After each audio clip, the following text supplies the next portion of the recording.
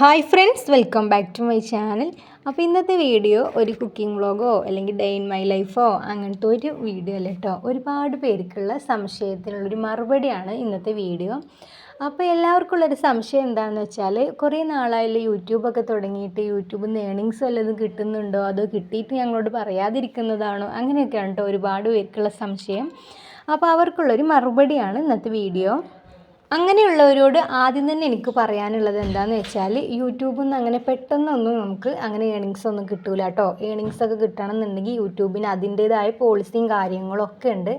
അതൊക്കെ കഴിഞ്ഞതിൻ്റെ ശേഷം അതൊക്കെ നമ്മൾ ഫില്ലായതിൻ്റെ ശേഷം മാത്രമാണ് നമുക്ക് ഏണിങ്സ് കിട്ടുള്ളൂ.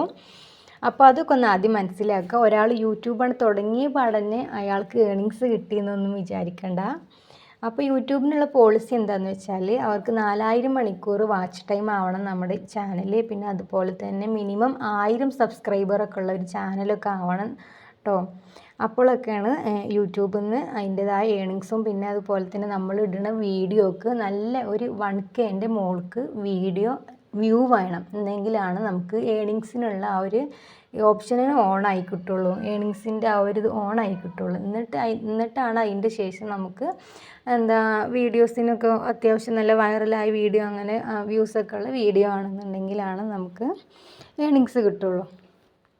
പിന്നെ യൂട്യൂബല്ലേ, വീഡിയോ എടുത്തിട്ടാൽ പോരെ, എന്നാൽ പെട്ടെന്നൊക്കെ പൈസ കിട്ടുമല്ലോ, അങ്ങനത്തെ ഒരു മൈൻഡൊന്നും ആരും ഇതാക്കണ്ട. യൂട്യൂബ് ആണെങ്കിൽ പോലും നമ്മൾ നല്ലോണം സ്ട്രഗിൾ ചെയ്തെങ്കിൽ മാത്രമാണ് യൂട്യൂബിൽ നിന്ന് നമുക്ക് ഏണിങ്സ് കിട്ടുള്ളൂ. നമ്മൾ ഉണ്ടാക്കുന്ന വീഡിയോക്ക് അതിൻ്റേതായ ഒരു ക്വാളിറ്റിയും കാര്യങ്ങളൊക്കെ ഉണ്ടെങ്കിലാണ് വീഡിയോസിന് വ്യൂസൊക്കെ കിട്ടിയിട്ട് നല്ലൊരു ഏണിങ്സ് നമുക്ക് ഉണ്ടാക്കാൻ പറ്റുള്ളൂ. അപ്പോൾ ഒരാളുടെ വീഡിയോ യൂട്യൂബിൽ അപ്ലോഡ് ചെയ്തു എന്ന് കരുതുമ്പോഴത്തേന് ഓൾക്ക് നല്ല ഏണിങ്സൊക്കെ കിട്ടിയെന്നൊന്നും അങ്ങനെയൊക്കെ വിചാരിക്കണ കുറേ കൂട്ടുകാരുണ്ട് കേട്ടോ.